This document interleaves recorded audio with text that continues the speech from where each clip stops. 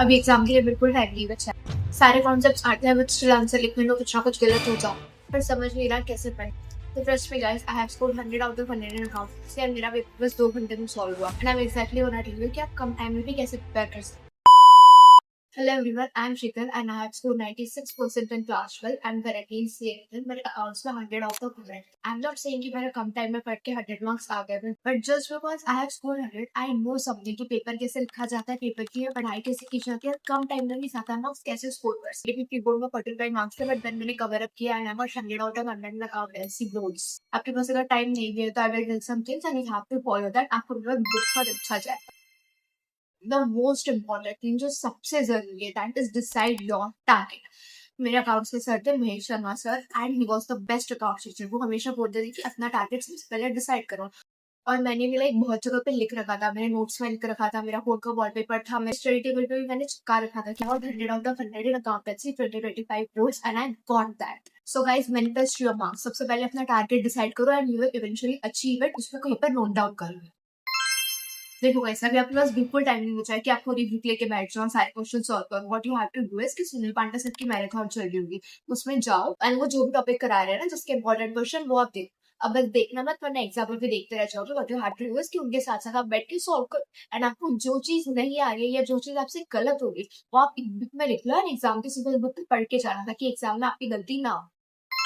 सारे फॉर्मेट्स एक जगह पे बना लो एंड एग्जाम की सुबह उसको पढ़ के जाना, जैसे आपकी फॉर्मेट एग्जाम में गलत तो नहीं होगी। लाइक अगर आपके पास 5 दिन भी बचा है ना, तो what you have to do is कि फर्स्ट डे में आप पूरी पार्टनरशिप की बुक खत्म करो, सेकंड डे में आप पूरे शेयर्स की बुक खत्म करो, थर्ड डे में आप पूरी फाइनल अकाउंट्स वाली बुक खत्म करो, और बाकी जो रिमेनिंग 2 दिन है उसमें आप सैम्पल पेपर सॉल्व करो। सैम्पल पेपर सॉल्व करना इज मस्ट। आपको 100% सैम्पल पेपर सॉल्व करना है। सजेस्ट किया आप एडुकार्ड की सैम्पल पेपर वाली बुक बाय कर सकते हो, उसमें बहुत अच्छे से आपको कुछ मिल जाएगा, and you will get everything in that single book. आपको सारे कॉन्सेप्ट भी समझ जाएंगे, माइंड मैप्स भी मिल जाएगा, और सैम्पल पेपर भी मिल जाएंगे बहुत अच्छे अच्छे। अगर आपको लग रहा है कि आप बिल्कुल ही पास नहीं हो सकते, तो what you have to do is there are certain topics जिसको आपको बहुत अच्छे से करना है। These are like first I can say कि कंपैरेटिव कॉमन सेंस, दोनों और में आता है, दोनों में से एक कोई भी अच्छे से कर लो। इसमें कुछ नहीं करना होता है, बस टेबल बना के अमाउंट लिखने के, एटलीस्ट इतना तो आप कर ही सकते हैं। गाइस, फ्री के मार्क्स देता है ये वाला क्वेश्चन, तो आपको ये तो अटेम्प्ट करना है और उसको सही करना है। 4 मार्क्स आपके मुझे नेक्स्ट जैसे हमारा अदर देन कैश आता है, वो डिबेंचर शेयर्स दोनों में आता है, वो भी बहुत अच्छे से कर लो। और जो डिबेंचर और शेयर्स की स्टार्टिंग वाली एंट्री आती है वो भी आप रख लो भाई, एग्जाम में आती है वो 100%, you have to do that.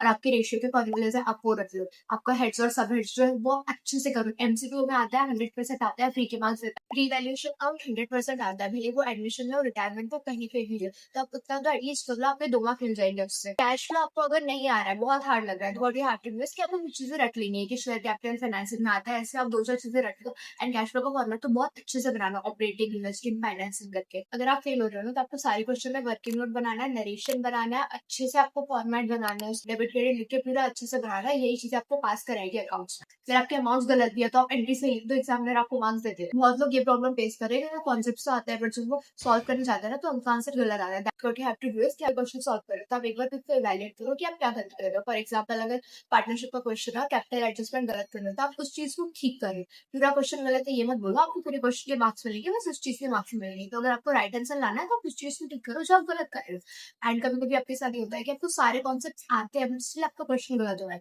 That is because आपको सारे क्वेश्चन इंडिविजुअली आते हैं, आपको उससे साथ में नहीं आते। तो for that you need to practice question. आपको उसके लिए प्रैक्टिस कर रहे हो क्वेश्चन की, आप 100 बार कर लो, बिना।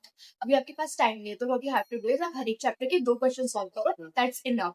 And then you have to solve पूरा क्वेश्चन लिखकर। आपको देखना है कि आपके उसमें क्या गलती हो रही है, उसको ठीक करना है। आपके पास जितने भी दिन बचे, आपको बस यही चीजें करती रहनी है। आपको क्वेश्चन पेपर सॉल्व करना है, आपको देखना है कि आप कौन सा क्वेश्चन गलत कर रहे हो, कौन से चैप्टर गलत कर रहे हो, जाके उस कॉन्सेप्ट को ठीक करना है। 10 मिनट लगता है कॉन्सेप्ट को ठीक करने में, बट आपको क्वेश्चन पेपर प्रैक्टिस करने की आदत होनी चाहिए। It is most important. Seriously exam में क्वेश्चन पेपर पढ़ने में टाइम वेस्ट बिल्कुल मत करना। मतलब हार्ड टू डू इसकी स्टार्टिंग से 15 मिनट रहते रहेगा, उसमें एमसीक्यू सॉल्व करना स्टार्ट कर दो।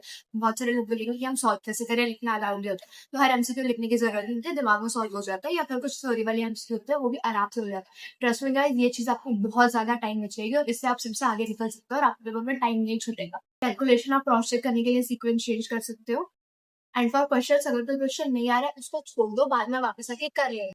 बहुत टाइम तक अगर एक ही क्वेश्चन पे स्टक रहोगे तो आपको क्वेश्चन नहीं आएगा। तो ये चीज आपको एग्जाम में ध्यान रखनी है। अगर क्वेश्चन नहीं आ रहा, जस्ट छोड़ दो, बाद में आके उसको कर लेना।